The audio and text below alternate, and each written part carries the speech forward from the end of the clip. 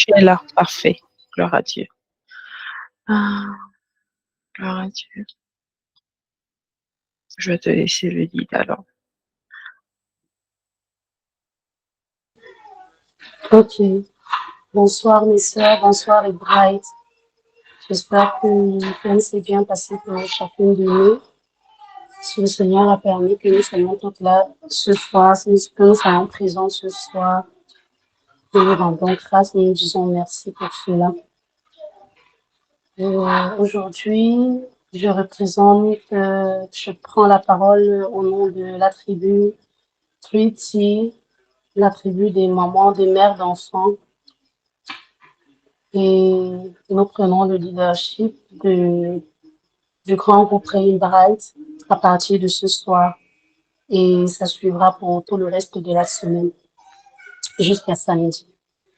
Donc, avec mes sœurs, nous avons, nous avons beaucoup prié, beaucoup travaillé pour que cette semaine soit une semaine chargée en émotions, une semaine ointe et une semaine bénie pour chacune de nous à travers les messages, les révélations que nous aurons tout au long de la semaine. Donc, merci déjà d'être là ce soir. Nous allons entamer avec l'étude biblique de Apocalypse 9, 10 et 11.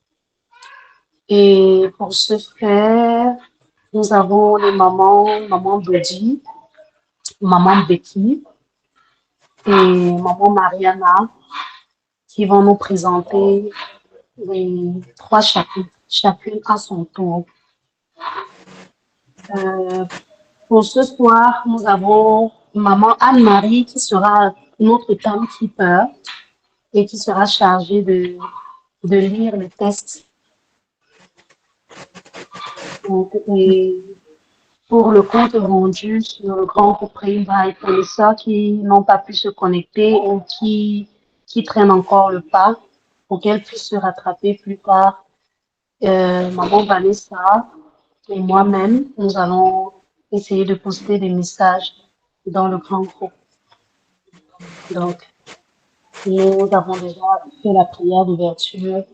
Je vais directement passer la parole à Maman Dodi qui a fait la méditation, qui a fait l'étude de Apocalypse 9. Elle prendra la parole et après elle, nous allons laisser quelques minutes aux différentes brides pour des questions ou bien pour des ajustements, des précisions, des améliorations. Et nous donnerons la parole à notre sœur Mariana pour la suite. Donc, nous allons commencer d'abord par Maman Dodi. Donc, Maman Dodi, si tu es là, je te laisse introduire ton chapitre. Merci. Shalom, shalom à tous les brides. Nous bénissons le Seigneur qui nous a permis de faire l'étude d'Apocalypse chapitre 9 et qui nous donne de le présenter aujourd'hui.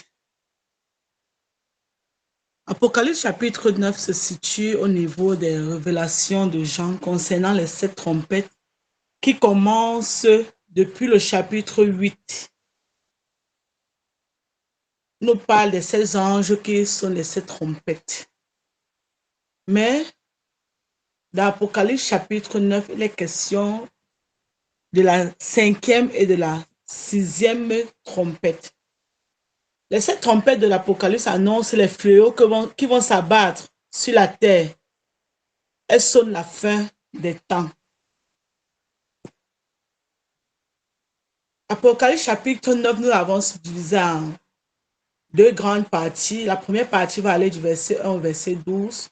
Et la deuxième partie va aller du verset 13 au verset 21.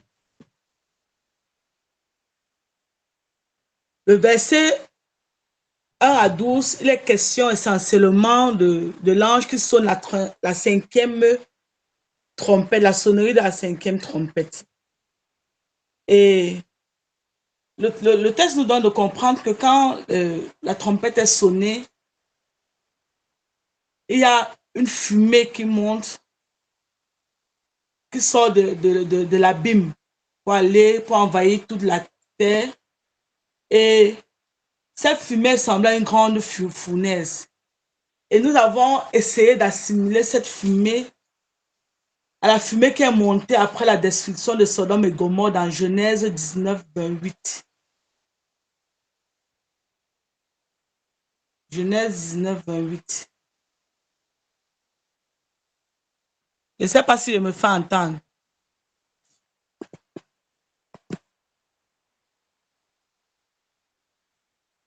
Allô? Oui, nous t'écoutons, nous t'écoutons. Ok. Il était question de lire Genèse 19, 28. La fumée, après cette destruction de Sodome et Gomorrhe, le texte, la parole de Dieu nous dit qu'il y a une fumée qui est montée.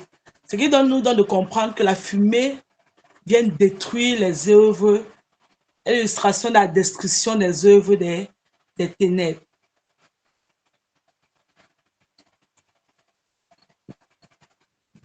Non seulement la fumée est montée, mais le soleil aussi, qui illustre la lumière divine, était présente. Mais à partir du verset 3, le texte d'Apocalypse chapitre 9 nous donne de comprendre qu'il y a des sauterelles qui ont envahi la terre. Les sauterelles se sont répandues partout sur la terre.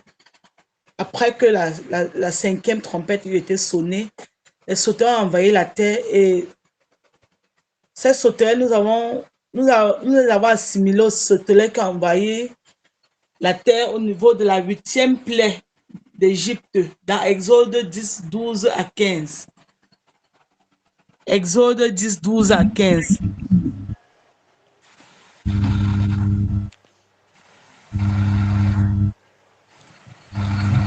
Maman Anne-Marie, Exode 10, 12 à 15, est-ce qu'on peut lire?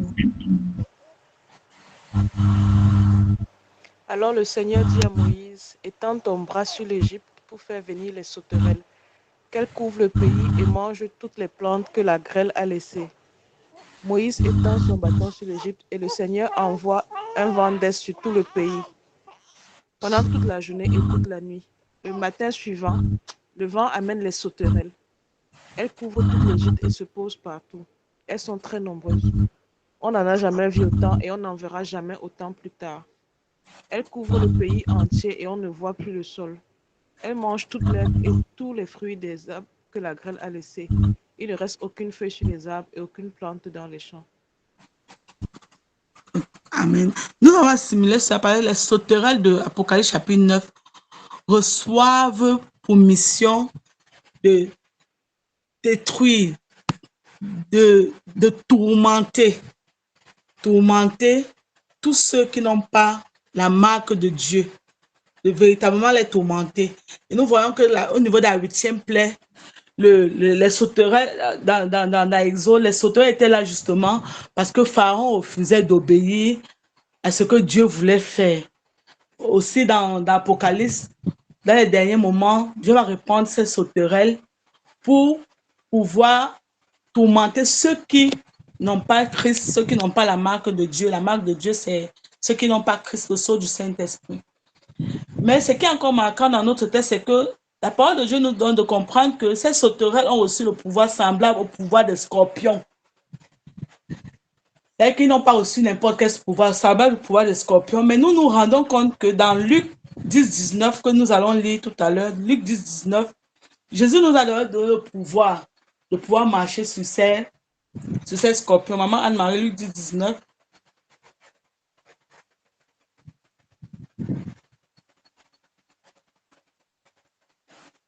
Ok, pendant qu'on cherche le texte de Luc 10, 19, les sauterelles ont aussi le pouvoir semblable à ceux des scorpions.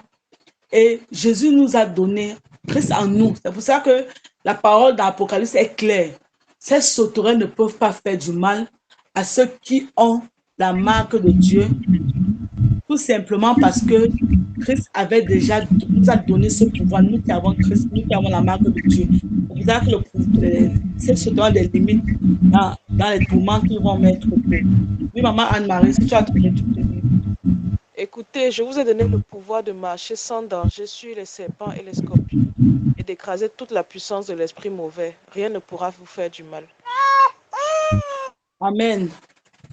C'est que bien que ces sauterelles envahissent la terre, elles ne peuvent pas faire du mal à tous ceux qui ont la marque de Dieu, tous ceux qui ont le sceau du Saint-Esprit sur le front. Sur le front, c'est que ça doit être vraiment visible. Ça doit être vraiment visible. C'est sur le front. Pour dire que tous ceux qui ont Christ, ce n'est pas quelque chose d'intérieur. C'est visible par tout le monde. Quand on a quelque chose sur le front, tout le monde peut le voir.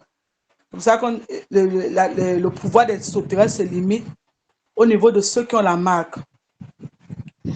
Et ces sauterelles vont tourmenter ceux qui n'ont pas la marque, torturer même ceux qui n'ont pas la marque de Dieu sur leur front, au point où ces personnes vont demander à mourir.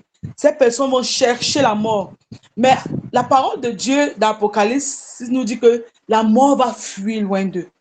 La mort va fuir. C'est que, et, et quand nous marchons souvent, nous allons souvent dans des hôpitaux, il y a des gens qui disent, oh, si je pouvais, si je pouvais. Et souvent, nous nous posons des questions. Pourquoi les méchants ne meurent pas vite? Parce que Dieu leur accorde le temps de se repentir.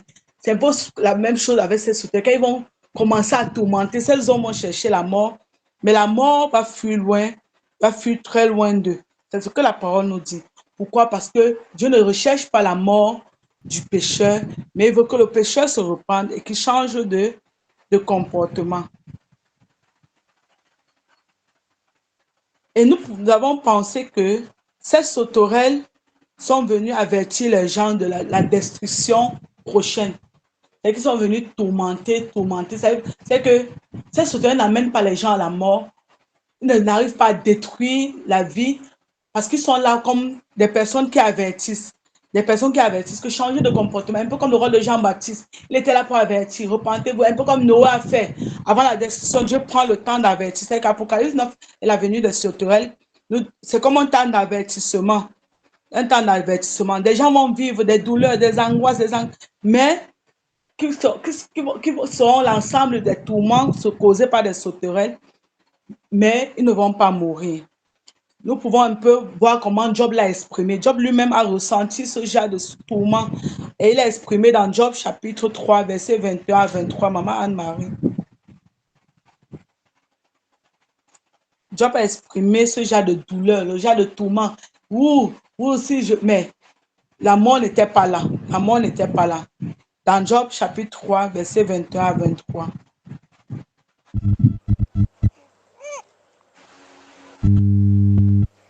Ils attendent la mort, elle ne vient pas. Ils la cherchent plus qu'un trésor. Ils seraient fous de joie et ils danseraient s'ils trouvaient leur tombe. Je suis un homme qui ne sait où il va et Dieu m'enferme comme derrière une clôture. Et que ici, Job était comme au bout des douleurs. Au bout des douleurs. C'est le même tourment qu'inflige ces sauterelles aux hommes qui n'ont pas Dieu en fait. Mais tous ceux qui n'ont pas la marque de Dieu, c'est qu'ils n'ont pas Christ. Paul le dit clairement, si je vis, c'est plus moi qui vis, mais c'est Christ qui vit au travers de moi. Et que si j'ai la marque de Dieu, c'est que j'ai Christ qui vit au travers de moi. Et du verset 7 à 11, le Apocalypse 9, verset 7 à 11 prend la peine de décrire ces sauterelles. Le texte nous donne de comprendre qu'ils ont la couronne d'or sur la tête, ils ont la cuirasse. La cuirasse, ils sont comme des chevaux acharnés, anachés pour la bataille. Il indique qu'ils ont des cheveux, la chevelure pareille à celle des femmes. On va aller pas à pas dans cette différente description des sauterelles. Pas à pas. La couronne d'or sur la tête nous donne de penser à Christ qui est le chef de l'Église. Nous sommes l'Église. Christ est le chef de l'Église, d'où la couronne d'or. C'est-à-dire que c'est Christ qui est sur la tête de ces sauterelles. La chevelure longue, semblable à celle de la femme, nous donne de comprendre que, en fait, c'est l'épouse. La sauterelle dont on parle dans ce texte, c'est l'épouse de Christ que nous sommes. Et vous savez que nous n'avons pas le lire, mais nous pouvons noter Apocalypse 14, 11, qui parle des cohéritiers de Christ, des 24 anciens, des 144 000 hommes. Apocalypse 21, 9 à 10 qui parle de l'épouse de Christ, la nouvelle Jérusalem, la Jérusalem céleste, toujours pour signifier que les sauterelles représentent l'épouse de Christ. Le texte nous donne de comprendre que Maman, c'est pas très précis, hein. C'est pas très précis, c'est pas très correct là. C'est pas trop l'épouse. Il faut que je laisse t'interrompre là parce que c'est pas très fondé. Ça ne Ok, représente pas des oui, sauterelles, là oui. ne représente pas d'épouse. Oui, ne sautons pas trop comme ça là, à cette conclusion. Ok. Non, les En sauterelles, fait, ce sont des agents de terreur et de tourment envers oui, vers le peuple, mais c'est pas l'épouse de Christ. oui, quand nous regardons de plus près, on s'attend à ce que, bon, d'après ce que le Seigneur nous a donné de comprendre pendant que nous sommes en train d'étudier, c'est que ce n'est pas Mhm, des êtres, des extraterrestres qui vont venir mhm, au niveau de ces sauterelles. Ce n'est pas comme des extraterrestres. C'est pour ça qu'il y a la description typique de l'humain. L'Apocalypse même, je regarde le verset, prend la peine de dire qu'ils ont des visages semblables à ceux des humains. mhm. Lisons vraiment. Et des pieds Euh, comme pour les chevaux. oui, Et oui, lisons le verset là. voilà. Et les bouches comme pour les lions. Ou c'est Je quoi là comme rentre pour dans les mon lions? livre. Mhm, Lisons le verset. Verset 7. Ces sauterelles ressemblaient à des chevaux préparés pour le combat. Il y avait sur leur tête comme des couronnes semblables à de l'or. Et leurs visages étaient mhm, comme des visages d'hommes. Elles avaient des cheveux comme des cheveux de femmes. Et leurs dents étaient comme des dents de lion. mhm, Ça, c'est une description.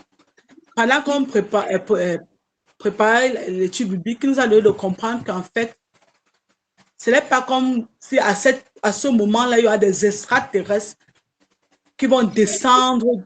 mhm. Oui, oui, maman. Oui, ça c'est clair. Ça c'est clair. Mais en fait, il faut aussi être prudent avant pour dire, parce que le livre d'Apocalypse est tellement symbolique et descriptif et tout que il Mm, faut être très prudent de dire que ça représente, tu vois, mm, on a donné beaucoup les ressources de plusieurs académiciens, théologistes et tout ça pour que mm, qu'on puisse voir en fait, tu vois un peu mm, euh, euh, les différents points de vue qui ont été donnés, mm. tu vois. Mais je n'ai jamais vu ou lu un point de vue qui a dit que les sauterelles là représentent l'épouse de Christ. OK. De, Merci bien. tu vois, de ce que j'ai étudié, de plusieurs Mm, théologiens, je veux dire, les mm, ressources qu'on a partagées là du Blue Letter Bible, ça mm, prend en fait les analyses et l'étude de peut-être 5, 6 différentes personnes en fait, tu mm, vois. mm, Et ça, c'est une conclusion que moi, je n'ai jamais. J'ai lu non seulement ça, mais mm, aussi même sur YouTube, des pasteurs, des académiciens, des théologiens qui ont encore étudié ça et tout. mm. Et jamais il y a eu une allusion que ça peut être l'épouse de Christ, les sauterelles là. OK. Merci. Oui. Merci bien. Ok. Mm. Bon. Non, Au non, niveau de la vas-y, continue. Maman, désolée, mais vas-y, continue. C'est pourquoi ça fait la même fréquence. Oui, oui. oui, oui, du moins, c'est vrai que ça dévie un peu ce que j'ai un peu reçu. Non. Euh, oui. C'est vrai que ça parlait de la description des différences sauterelles. Et à la fin de la description des différences sauterelles, on nous parle de l'ange. Ah, Jésus. De l'ange de la mort. Je pense, l'ange de l'abîme. L'ange de l'abîme, qui est appelé Apollyon.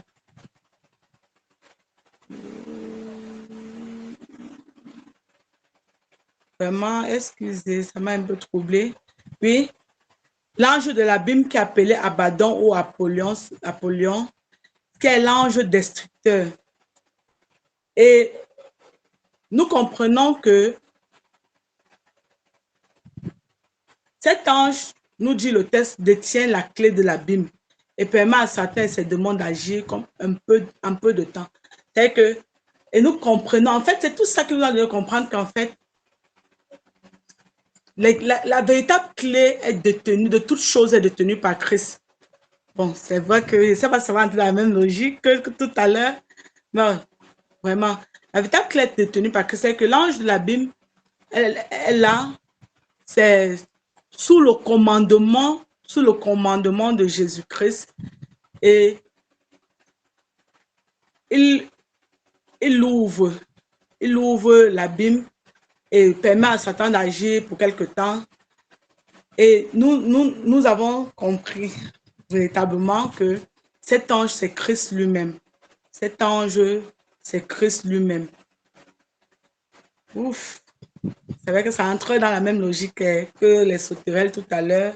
Je suis vraiment désolée, ça n'entre pas dans les mêmes logiques que les autres, tous ceux qui ont écrit avant que je n'étudie le texte.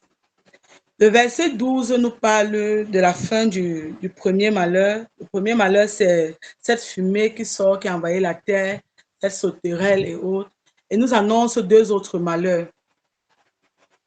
C'est alors que nous entrons dans la deuxième partie qui va du verset 13 au verset 21. Juste pour t'aider, pour t'appuyer un peu Oui. par rapport à ce qui est les différentes analyses qu'il y a eu. En fait, comme tu as bien dit, le Seigneur Jésus tient les clés de la mort, il tient les clés de l'enfer.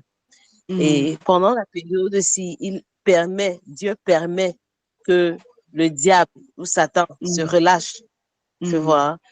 Et bien sûr, ce ne sont pas les sauterelles, non, les sauterelles n'auront pas les pieds là et les ceci, ce sont des symbolismes, mais qui montrent en fait des symbolismes des créatures démoniaques en fait. C'est pour ça que ce serait pas vraiment très précis de voir ça comme des créatures célestes parce qu'on les présente vraiment comme vraiment des créatures démoniaques, tu vois. Et elles ont un roi au-dessus d'elles. Et le roi là s'appelle Apollyon, le chef de ces sauterelles. Et Apollyon, ça indique plus que il s'agit évidemment de Satan lui-même ou d'un autre chef des démons de haut rang, tu vois. Bon, permettons un peu. Il porte le nom d'Abaddon. Oui. Oui. C'est Abaddon ou Apollyon. Et maintenant, ce qui nous donne de croire que les sauterelles ne sont pas trop ce genre de stuff, c'est que Abaddon, c'est cet ange destructeur qui détient la clé de l'abîme. Et nous convenons tous que celui qui détient la clé de l'enfer, c'est Christ. Ça veut dire que ces sauterelles sont sous la direction, comme nous le dit Apocalypse 9, d'Apollyon ou Abaddon, qui détient la clé. C'est-à-dire que ces sauterelles sont sous la direction de Christ qui détient la clé. Si nous tenons à... Oui, mais dans le Nouveau Testament, on n'appelle jamais Christ un ange. Ça, c'est comment on l'appelle dans l'Ancien Testament. Dans l'Ancien Testament, on parle de l'ange de l'Éternel, oui. Mais dans le Nouveau Testament, on ne mentionne jamais Christ, Jésus, comme un ange. Jamais. Donc, ça écarte déjà ça, parce que dans l'Apocalypse, on ne réfère jamais à Christ comme un ange. Et c'est bon, c'est un intéressant débat parce que justement, c'est un livre très difficile et qui peut, ça donne tellement de possibilités d'être interprété de tellement de différentes manières, mais il faut vraiment baliser ça. Pour que et comprendre toutes les différentes manières dont ça peut être interprété et dire, bon, ok, là, qu'est-ce que la parole, qu'est-ce que la Bible nous montre jusqu'à là par rapport à cela? Parce que si tu vois, quand si vous avez étudié le 9, 10 et 11, en fait, il y a beaucoup de scènes qui sont répétitifs. Donc, Jean parle, peut-être il va dire peut-être telle scène, et puis après 2, 3 chapitres après, il va encore décrire ça avec beaucoup plus de détails. Tu vois un peu. Il va redécrire ça avec beaucoup plus de détails. Peut-être 5 chapitres après, il va parler de la bête, et puis il va parler du dragon, de la bête et des faux prophètes qui vont venir, qui vont tourmenter les personnes. Donc, il y a plusieurs trucs qui indiquent que ce sont plutôt. On va parler du dragon qui sort du ciel, tu vois, ou de la bête qui sort de la mer, ou des prophètes qui sortent de la terre. Est-ce qu'on va dire que ça va représenter Christ? Tu vois ce que je veux dire? Parce qu'on peut tomber dans ces conclusions-là. Mais en fait, ça montre que le Seigneur a laissé, c'est leur dernier temps, et il laisse, il permet en fait. Ok. Mais en tout cas, c'est une discussion pour qu'on parce que c'est pas un livre facile aussi, donc évidemment ça amène les échanges pour mieux cerner en fait. Ok. La deuxième partie avec la sonnerie de la 6e trompette nous donne de comprendre que personne même ne connaît l'heure et le jour, mais Dieu a relâché les anges qui vont exprimer la colère de Dieu sur la terre. À la 6e trompette, les anges qui vont exprimer la colère de Dieu sur la terre. Et bien que ces anges expriment la colère de Dieu et que des personnes seront tourmentées au point où un tiers des hommes sera exterminé, il y en a, vous dit le verset 20 et 21, qu'il y a des hommes qui ne vont pas se détourner de leur mauvaise voie. Bien qu'ils aient vu plus de 200 millions de personnes être exterminées, plus du tiers des hommes être exterminés, ils vont demeurer sur leur mauvaise voie, ils ne vont pas se détourner de leur mauvaise voie.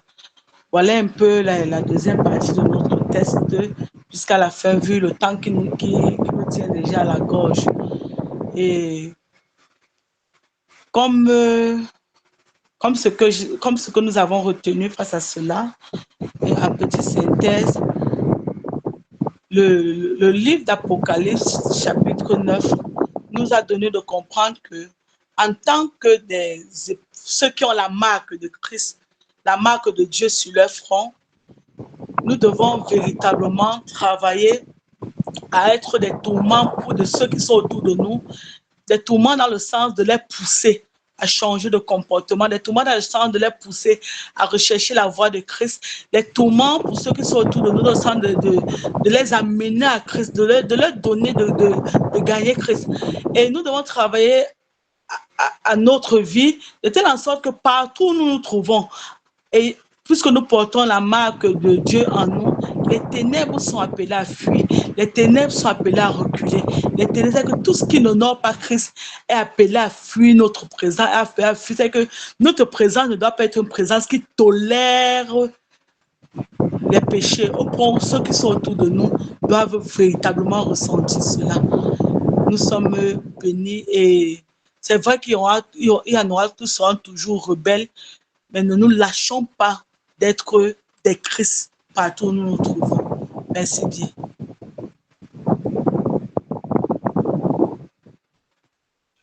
Amen. Amen. Merci.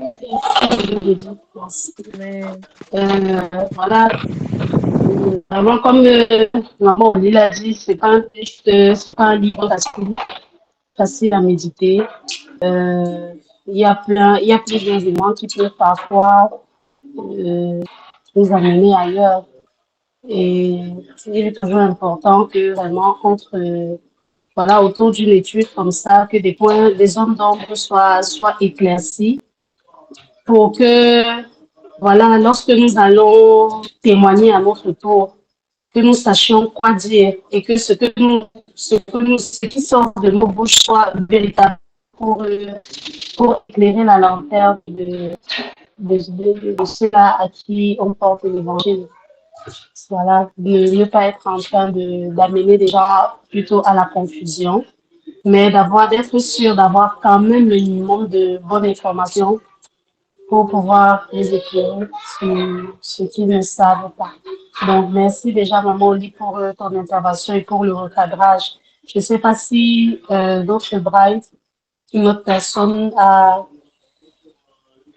quelque chose à ajouter concernant le chapitre 9 de l'Apocalypse.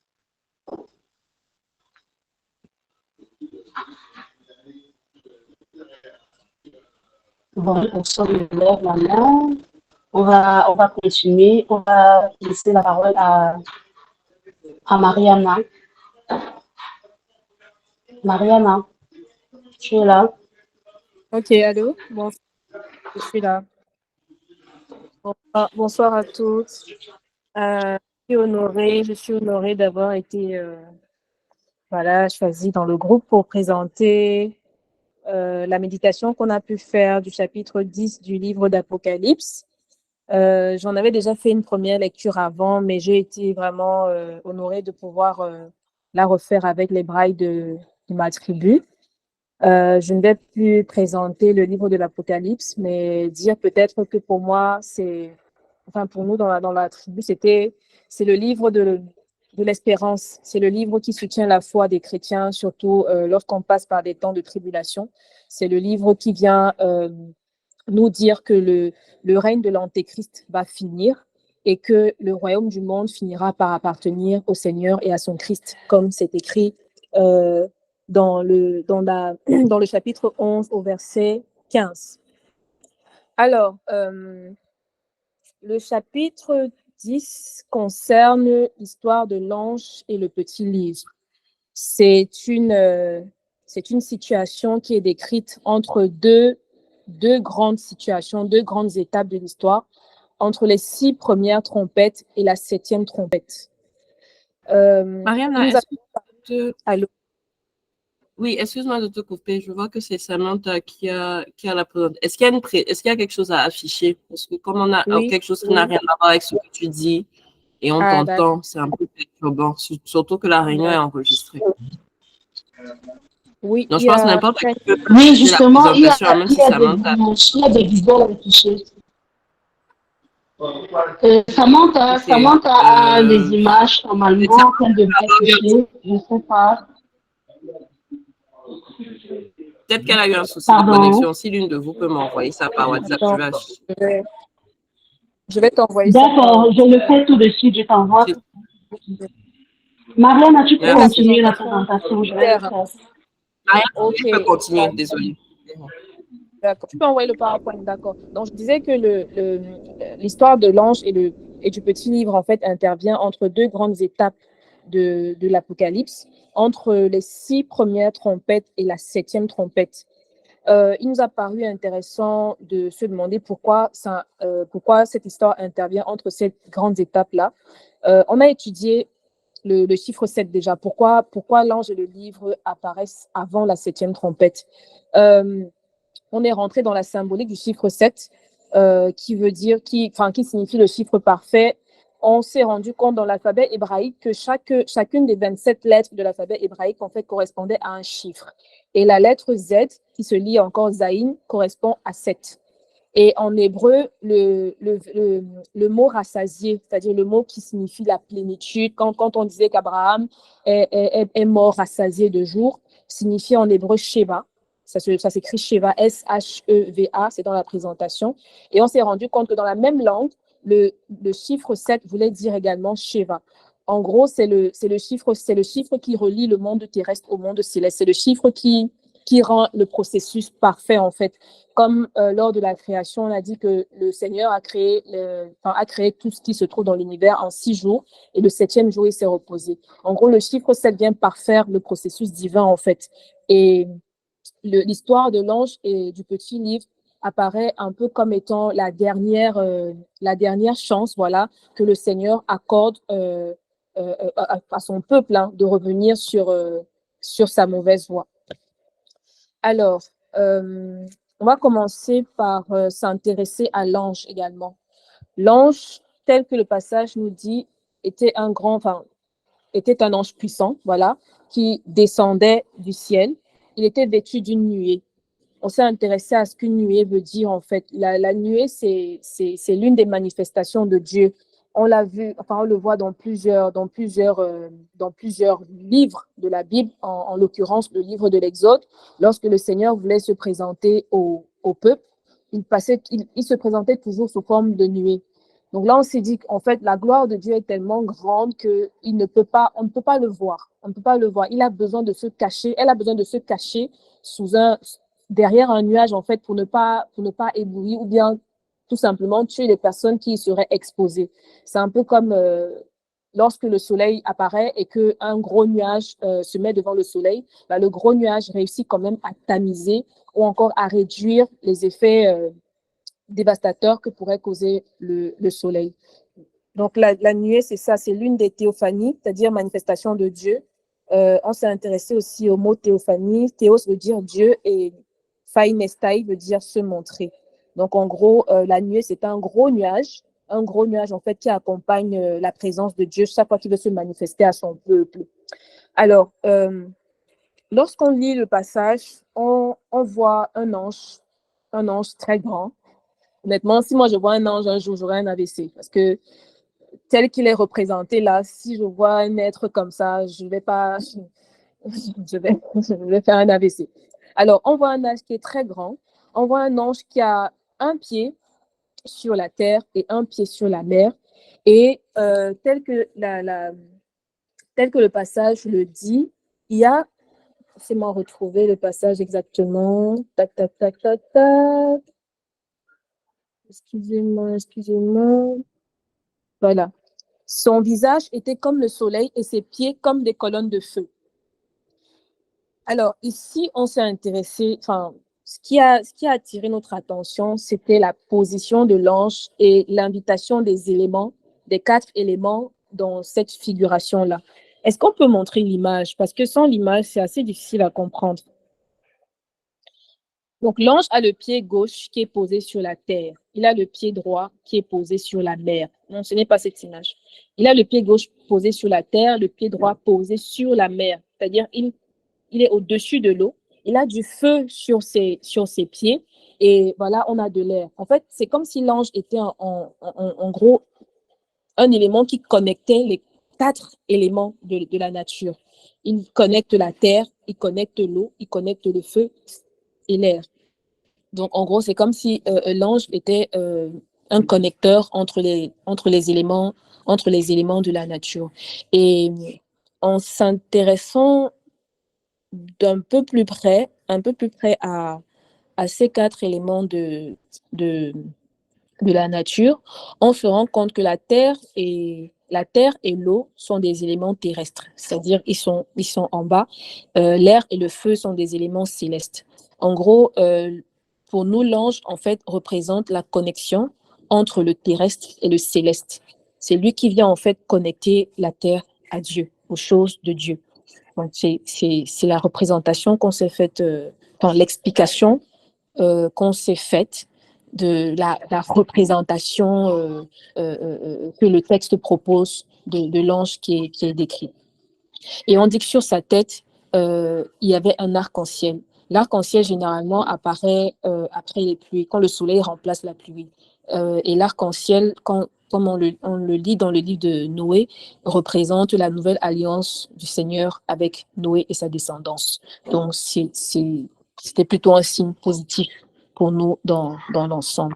Donc, voilà l'ange, voilà l'explication qu'on s'est faite de sa position par rapport aux éléments. En gros, c'est un connecteur, c'est un connecteur entre les éléments de la nature et c'est le connecteur entre le céleste et le terrestre.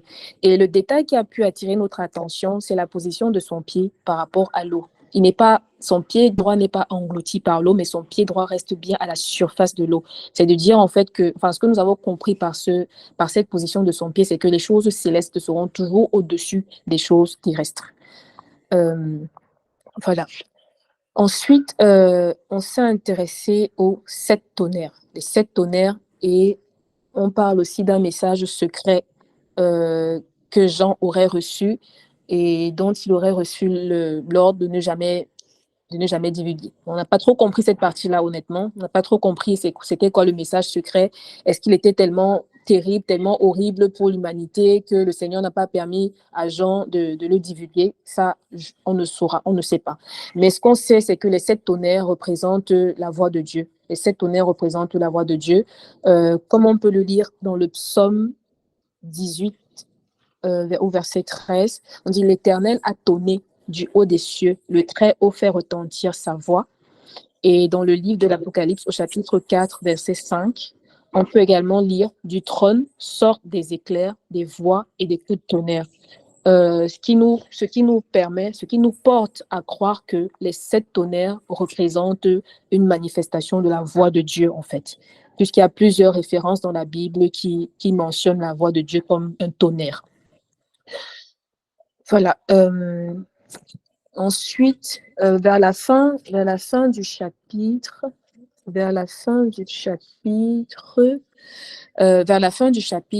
on mentionne le petit livre que l'ange invite Jean à prendre. Il dit du livre, prends-le et mange-le. Prends-le et mange-le. Il te faut à nouveau. On peut lire dans le verset 11. Dans le verset 11, on peut lire « Et l'on me dit, il te faut à nouveau prophétiser sur des peuples, des nations, des langues et des rois en grand nombre. » Ce qui nous a poussé à nous dire que le Seigneur, en fait, est en train de lancer un dernier avertissement avant la 7e trompette. Parce que lorsque la 7e trompette va sonner, tout sera déjà établi, tout sera déjà accompli. Donc, c'est comme s'il donnait en fait une dernière chance à Jean, en fait, de récupérer, voilà, de regagner le cœur de son peuple. Et pour ça, il dit, prends le rouleau et mange-le. Ce que nous avons compris ici, il ne s'agit pas de manger le livre, mais il s'agit de faire corps avec ce qui est écrit dans le livre. C'est un peu comme si, pour que Jean puisse prophétiser aux nations, il fallait que lui-même fasse corps avec la parole de Dieu. Il fallait qu'il fasse corps avec la parole de Dieu, en fait. Et cette même image-là, cette même figure, on peut la lire également dans l'appel d'Ézéchiel, dans le livre d'Ézéchiel au chapitre 3, verset 3. Le Seigneur dit exactement la même chose à Ézéchiel quand il l'envoie en mission auprès d'Israël. Je ne sais pas si une braille peut... Tata Anne-Marie, est-ce que tu peux, s'il te plaît, lire Ézéchiel, juste pour faire la similitude entre l'envoi en mission de Jean et l'envoi en mission d'Ézéchiel, qui tourne toujours autour de ce livre-là qu'il faut manger, qu'il faut prendre et manger. Juste pour qu'on comprenne. Il me dit, nourris ton ventre et remplis tes entrailles de ce rouleau que je te donne. Je le mangeai et il fut dans ma bouche doux comme du miel. Il me dit, fils de l'homme, va vers la maison d'Israël et dis-leur mes paroles. Amen. Merci, Tata Anne-Marie. En gros, c'est dire qu'avant d'aller en mission, avant de partir vers le peuple d'Israël, avant d'aller en mission, il était nécessaire, voire indispensable, que Jean, tout comme Ézéchiel d'ailleurs, se remplisse de la parole, ne fasse qu'un avec la parole, que chaque cellule de son corps, en fait, respire la parole avant qu'il soit apte, pour qu'il soit apte, en fait, à parler de la part du Seigneur. Donc c'est ça, c'est vraiment une invitation à se consacrer, à se concentrer, à étudier la parole, à la méditer, un peu ce qu'on est en train de faire là d'ailleurs, à la méditer, à la maîtriser avant de partir annoncer le Seigneur à son peuple. Et la dernière chose qui nous a quand même interpellé, c'est la douceur de la parole, c'est la douceur du rouleau dans la bouche et son amertume dans le ventre. On a fait quelques recherches sur Internet, et ce qu'on a trouvé comme résultat ou bien comme réponse, c'est que la douceur, en fait, représente les promesses du Seigneur à son peuple. La douceur représente les promesses. Par contre, l'amertume représente les choses terribles par lesquelles l'humanité devra passer, ou encore les choses terribles qui doivent d'abord s'accomplir avant que les promesses ne se réalise, en fait. Il fallait en fait qu'on essaye d'expliquer l'antagonisme entre douceur et amertume, parce que comment quelque chose peut être doux dans la bouche et amer dans les entrailles. Donc, c'est en fait ça l'explication qu'on a retenue. Pour faire court, comme j'ai un ami qui dit souvent que du chaos naît l'ordre, en fait, il fallait que, et d'ailleurs, c'est un peu ce que l'Apocalypse nous explique, c'est le chaos, en fait, que le Seigneur met sur la terre. C'est le chaos qui permet sur la terre afin de remettre en place l'ordre divin. Donc, voilà un peu, grosso modo, la lecture qu'on a pu se faire du chapitre 10 du livre de l'Apocalypse. Merci. Merci, Mariana.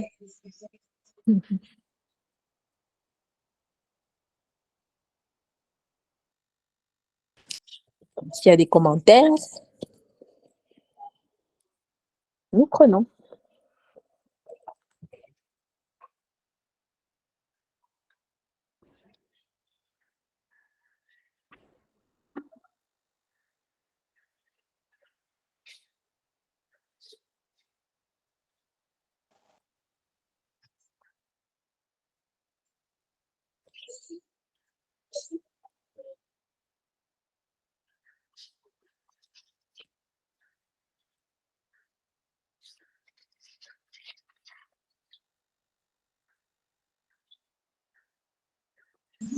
Peut-être si vous voulez les questions, les commentaires, comment est-ce que peut-être cet appel à manger la parole, comment est-ce que tu vois ça applicable peut-être à nous? Ok. Bah, déjà, premièrement, il faut qu'on ait soif, en fait. Faut qu'on ait soif de connaître le Seigneur. Et la meilleure façon de connaître le Seigneur, c'est à travers sa parole. Et je crois qu'il a démontré à suffisance, que ce soit avec Ézéchiel ou avec Jean, il a dit, avant d'aller m'annoncer, avant d'aller en mission à mon nom, mange d'abord le rouleau. Manger, pour moi, c'est une marque de confiance. Quand on mange quelque chose, ça veut dire que on s'abandonne un peu à la chose. On a confiance déjà en celui qui nous donne de la nourriture. On a déjà cette confiance-là. Et ce qu'on mange va nourrir nos cellules, en fait, et va nous faire croître, va nous faire grandir, nous solidifier les os, va protéger notre organisme, en fait. C'est comme les aliments bâtisseurs, les aliments constructeurs, les aliments énergétiques. Cette nourriture va nous apporter tout ce dont on aura besoin pour grandir en connaissance, en solidité, avant d'aller annoncer le Seigneur. Donc, pour moi, c'est comme un antidote, voilà, que le Seigneur nous donne avant d'aller nous exposer, en fait. C'est une recommandation antidote ou vaccin. Je ne sais pas si on dit antidote avant de vaccin, nous exposer. avant d'aller. Comme avant d'aller composer le bac, là, tu dois manger la nourriture de ta mère. Donc, pareil, avant d'aller pour le Seigneur, il faut manger sa nourriture. Et sa nourriture, c'est la connaissance, c'est sa parole. Mange la parole. That's a good one. Merci pour ce vision.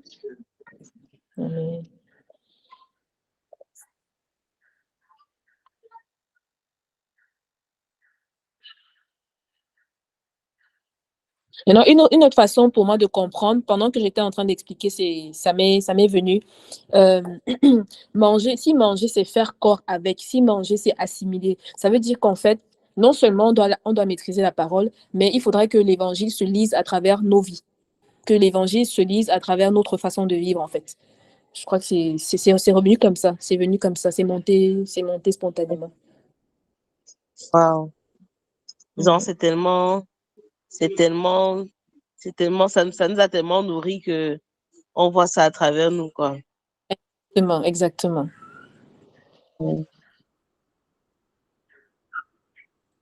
We are the living words. Be the living words. Pour moi, c'est ça.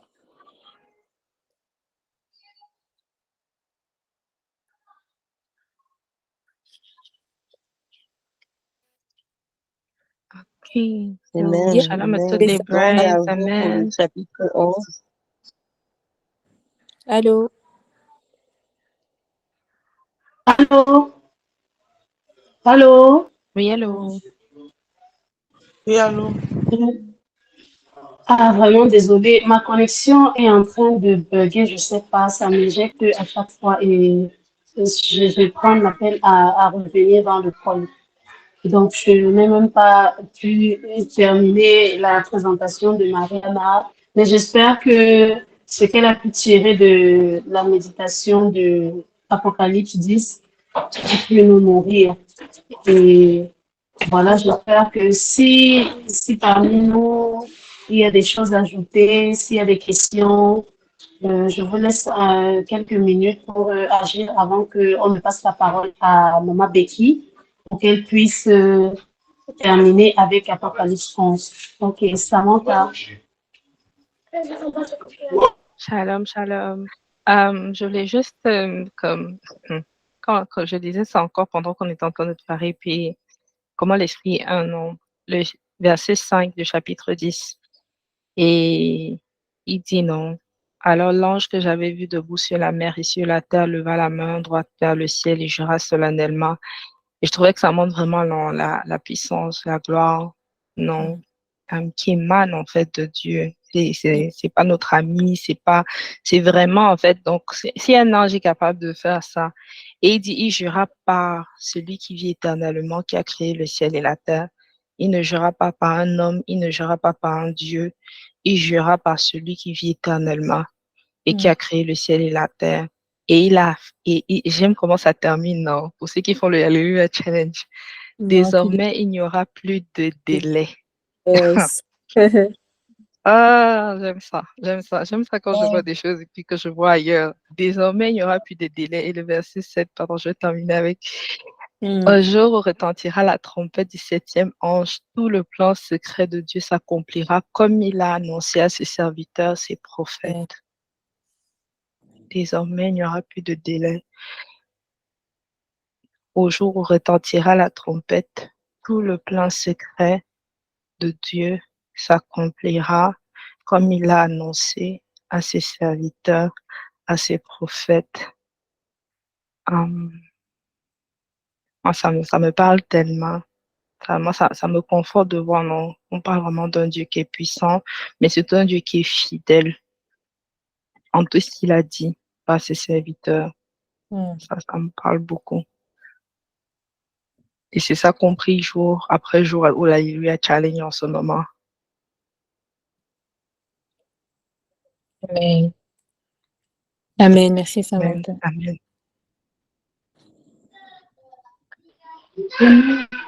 Merci beaucoup, Samantha. Est-ce que quelqu'un d'autre souhaite prendre la parole?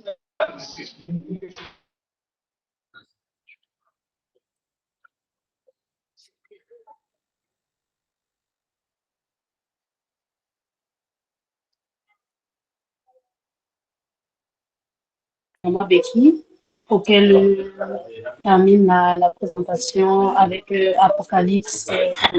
Maman Becky, you have the floor, please.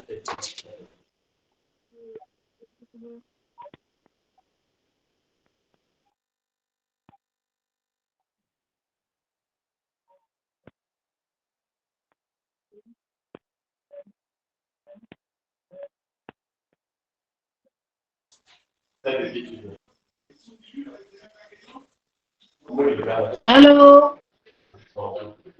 Allô? Yes, Maman Becky.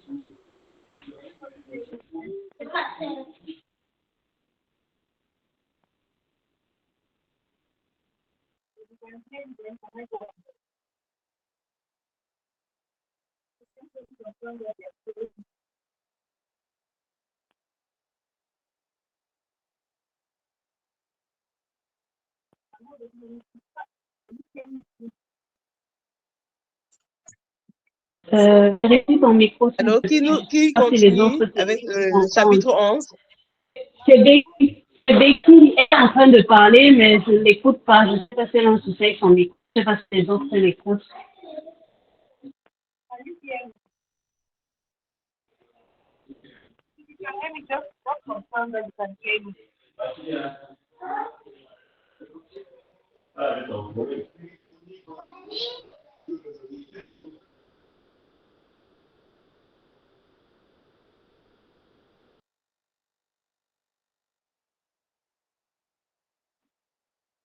Please, can anybody hear me? Can anybody confirm if they can hear me? My microphone is activated. Okay, now it's good. Okay, because you can hear me now. Okay, my volume on the phone is low, so I connected it to my Bluetooth speaker, but I've had to deactivate it because apparently it's having issues. So if you can confirm that you can hear me, I'm going to continue. Good evening once again to all the Praying Bright, and happy Sunday. I hope that you had a wonderful day in the presence of God. I'm just going to continue with Revelations chapter 11, which is a very fundamental chapter in the book of Revelation. It's divided into two parts principally. The first part talks about the two witnesses, and the second part of Revelations 11 talks about the blowing of the seventh trumpet. So, in summary, Revelation 11 provides information about events that have to happen during the tribulation, most especially the second half of the tribulation. We know that the tribulation is supposed to last for 7 years. So this particular portion of Revelation highlights what is going to happen during that part. So in Revelation 11, from verse 1 to verse 4, it talks about how John, he was given instructions to go and measure the temple of God. And he was particularly given the instruction to exclude the outer court. I don't know if my sister can project the image of the temple. I sent her a picture for us to understand how the temple was organized. We had the inner court, we had the outer court, we had the area where they burnt incense. So it is structured in such a way that there was the outer court. And John was specifically asked not to measure that part. So when I was doing research as to better understand why, what this represents, you know, we may think it's a physical temple, and this measurement, some interpretations that I came across says that God was trying to identify and protect or isolate his holy people. That is, this particular instruction to measure the temple was given to John to show that God is going to identify and protect his people. And we know that the inner court was reserved for the Jews, and the outer court is all the nations, that is the Gentiles. In Revelation chapter 1, we can see further how this revelation was given in the book of Ezekiel. In Ezekiel chapter 40, it describes extensively this same vision that was given to Ezekiel about a future temple and a city.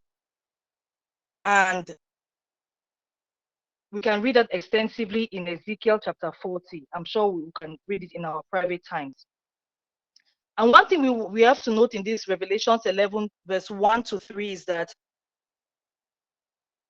they asked John to count the worshippers that were there. So the worshippers are those that truly worship God in spirit and in truth. So this is just a portion that I wanted to highlight. Then thereafter, we move on to the two witnesses themselves. It is believed that these two witnesses, in some interpretations, they say that it was Enoch or Elijah. Because when we read furthermore into the text, we will see how God took them up. They did not die. We know that Elijah was a prophet that was taken up by God. He did not see death. It was the same like Enoch. Some other interpretations believe that these two witnesses were Moses and Elijah. So we know that Revelation is a figurative, it's a book. It just represents what is to come. So during the time of the tribulation, two witnesses will rise up. Probably they'll be human beings, but we don't know if it will not be Elijah, it will not be Moses, but they will have the same characteristics like Elijah and Moses. Like Elijah and Enoch, sorry. I'm going to highlight the role of these two witnesses in this book and how it relates to us in this time and age. So during the time that these two witnesses are going to be living, for 3.5 years, they are going to be given power power to perform miracles, to have power to summon fire from heaven, just like Elijah. We can read this in 2 Kings chapter 1, verse 10. They'll even have power to bring about plagues that happens, like in the days of captivity of the children of Israel when they were in Egypt. Plagues like when the Nile was turned into blood. So these two witnesses are going to be able to perform such miracles. And one thing is important for us to note here is that God was with them, and anyone who attacked them, they had the power to bring down judgment on their enemies while they'll be in these 3.5 years. So this particular witnessing ends when they are killed and their bodies will be displayed in the streets of the great city, probably Jerusalem. So with regards to witnessing, when I was in church today, while I was doing this Bible study, while I was preparing, I was praying for the Holy Spirit to guide me, to show me how this relates to us in this time and age. And one thing that the Lord dropped in my heart was to talk about witnessing. Who is a witness? We know that, like, when there's a court case, and when there's the plaintiff and then the defendant, for you to win your case, sometimes, or for somebody to win your case, they ask you to bring a witness. So the witness will come and testify in your favor so that you can win the case. So to make this comparison, witnessing for Christ, because that's what those two witnesses are going to be doing. So as followers of Jesus, we are called to witness our faith. I was led to share with the brides this. Amen. I was called to share with us about salt and light.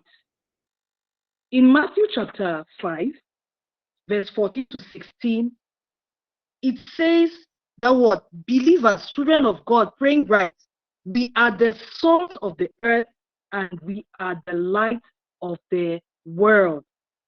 And a city built on a hill cannot be hidden.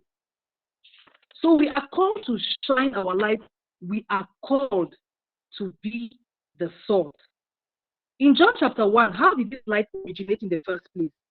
When John chapter 1 highlights who Jesus is the word, he said in verse 4 to 5, says, in him was life, and that life was the light of men.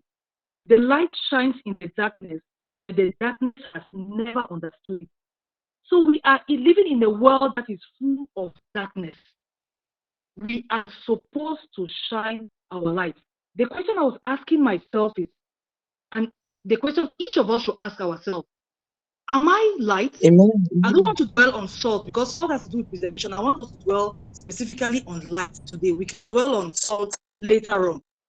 But light has particular characteristics. Light is irrelevant in light. Light is relevant in darkness. Because whenever there's darkness and you turn on a bulb, the darkness is dispelled. So I want us to be conscious that we are light. I want to insist on this consciousness because the consciousness has to do with the mindset and the mind shift.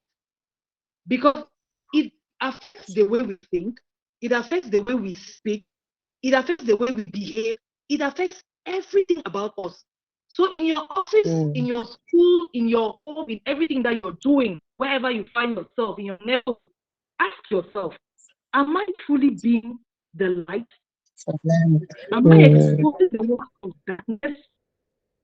Consciousness has to do with awareness. There's this awareness because as I was listening, it was actually convicting me because I was asking myself, sometimes you may find yourself in a circle with people and you compromise, I don't know, with your silence or with you not actually voicing out the truth.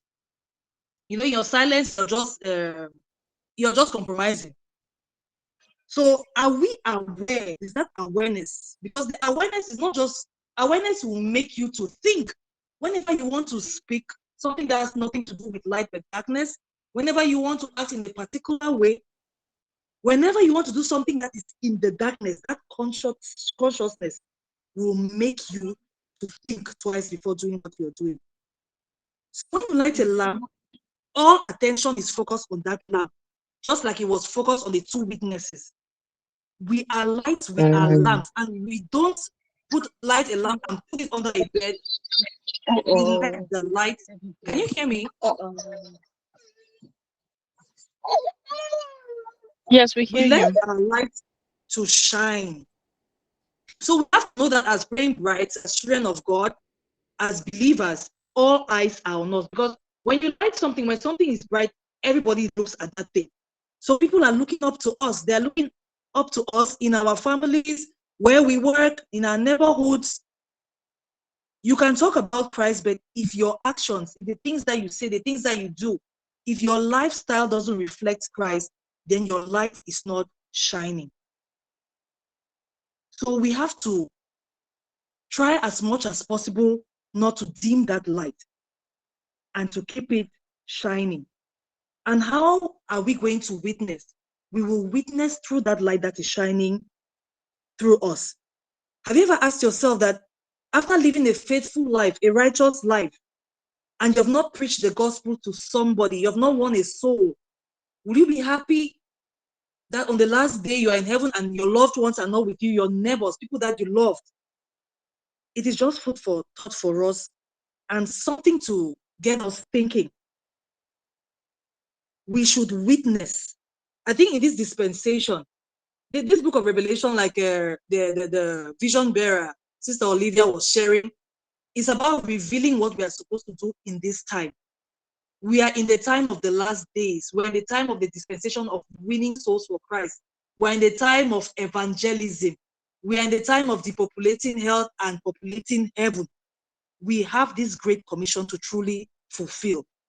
So as these witnesses, even after they were killed, you will notice that 3.5 days later, God gave them the breath and they came back to life and they were taken up to heaven.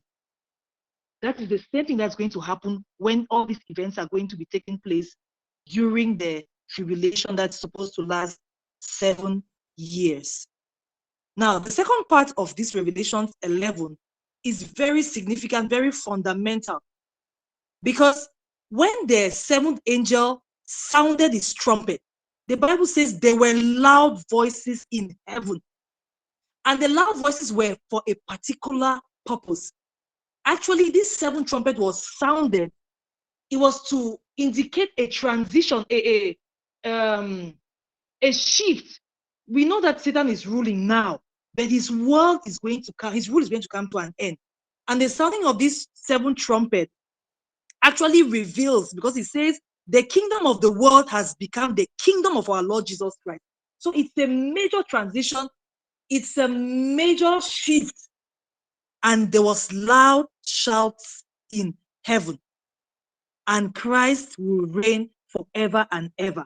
And we all know that after this proclamation, the 24 elders who were sitting on their thrones before God, it was only after this that they fell on their faces and they worshiped God, because this transition had taken place.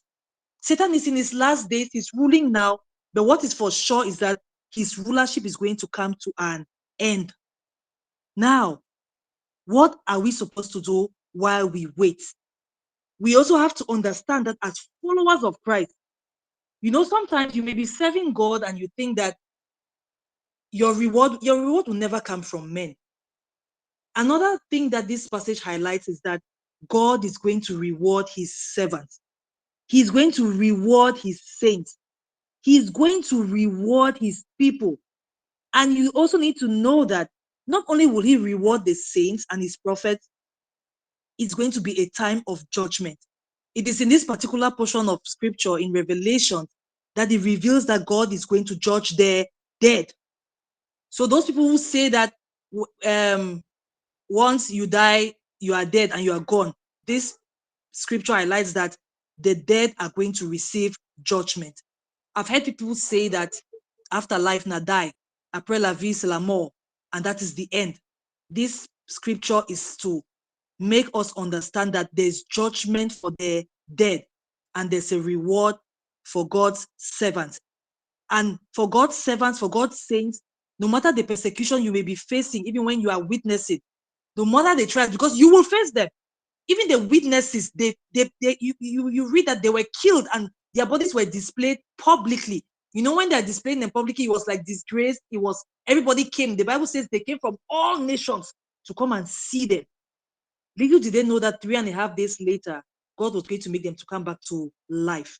So no matter the persecutions you're facing in your workplace, in your family, sometimes people have given their lives to Christ and they are persecuted by their husbands, their family members, in their workplaces.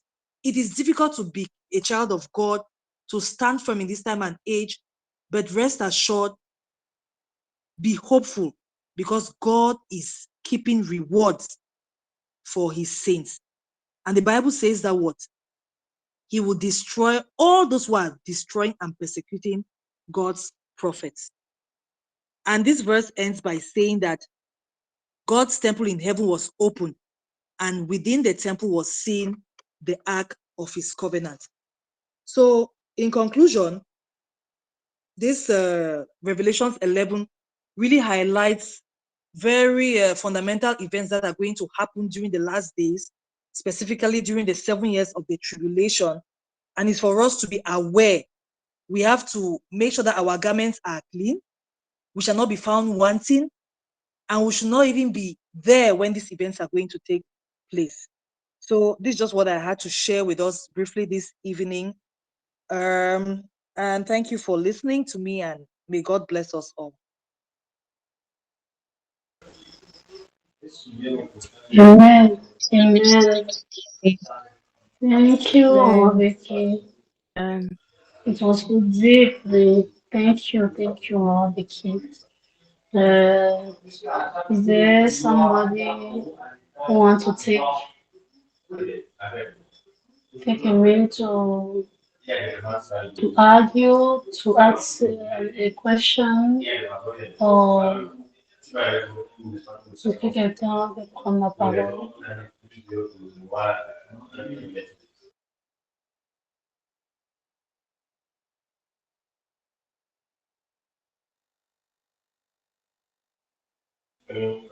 Allô, les Brides, est-ce que vous êtes là?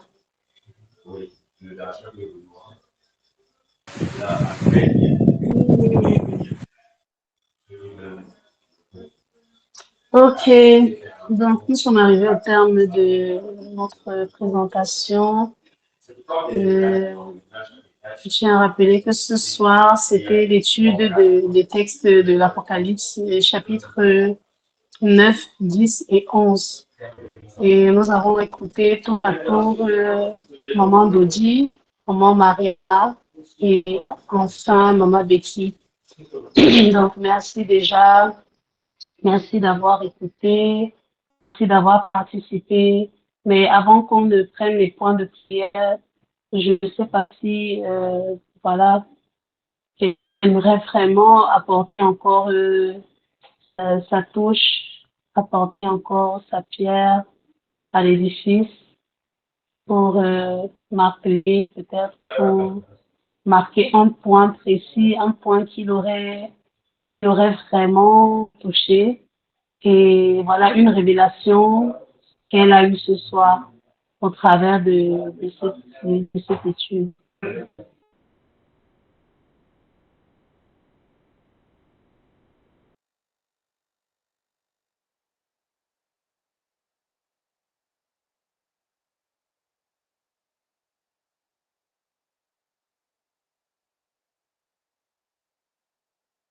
Personne ne dit rien, ça veut dire que, voilà, est-ce que nous sommes juste fatigués ou c'est qu'on a vraiment rien à partager ce soir?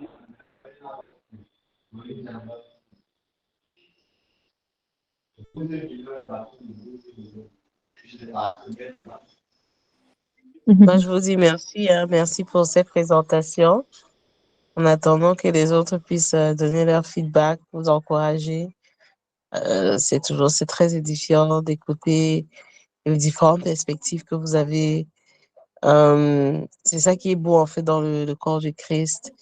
C'est que le Saint-Esprit donne différentes, non seulement perspectives, mais différents pans de révélation, en fait, à chacune. Et c'est très rafraîchissant d'écouter et d'entendre selon l'étude de base, mais maintenant avec les différentes perspectives que chacun apporte selon ce que le Saint-Esprit a donné. Donc vraiment, je suis bénie. Merci beaucoup. Amen. Merci, maman Olive. Merci beaucoup. Amen.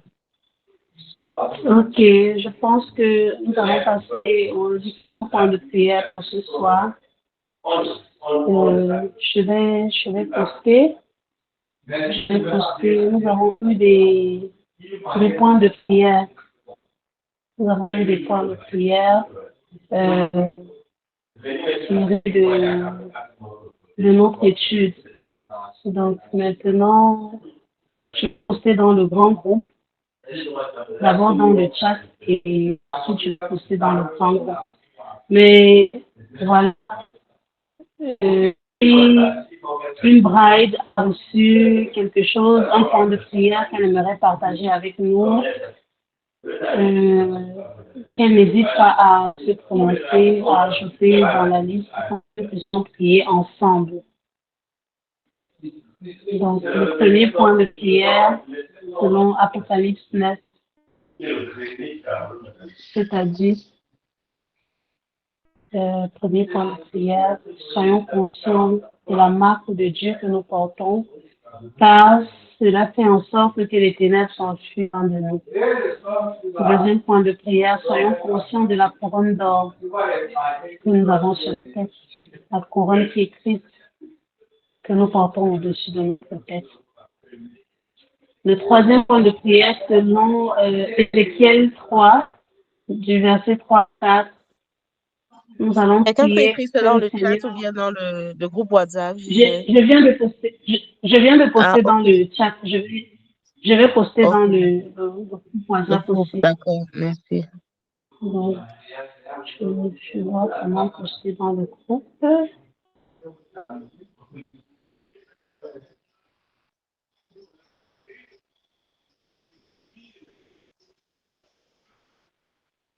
Ok. Donc, on était sur le point de prière selon Ézéchiel 3, verset 3 à 4. Que le Seigneur nous accorde le zèle pour parler de lui au peuple vers lequel il nous envoie faire témoignage de lui.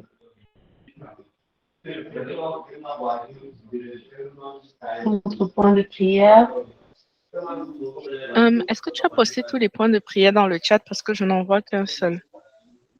Bon, je poste. J'ai posté.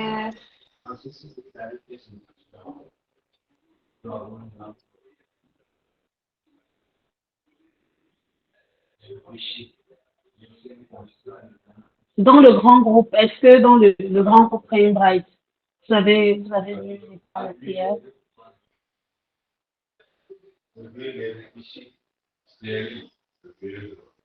Allô? Ok, good. Dans le grand, je ne sais pas pourquoi je n'arrive pas à poster dans le chat, mais j'ai posté dans le grand groupe. Je ne sais pas si vous voyez, si vous avez vu ce que j'ai posté.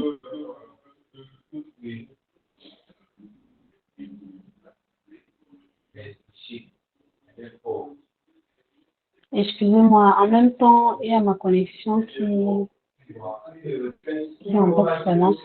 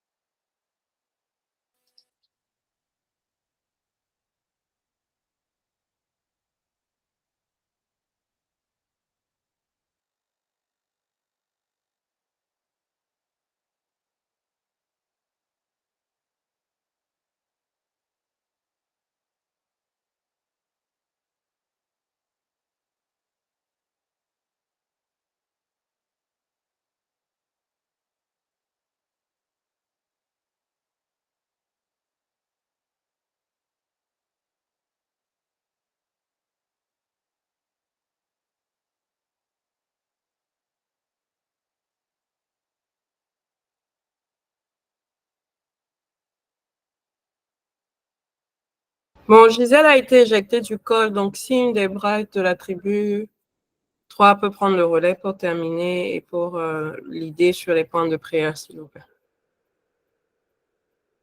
Mariana, Anne-Marie, Dodi, you have the floor.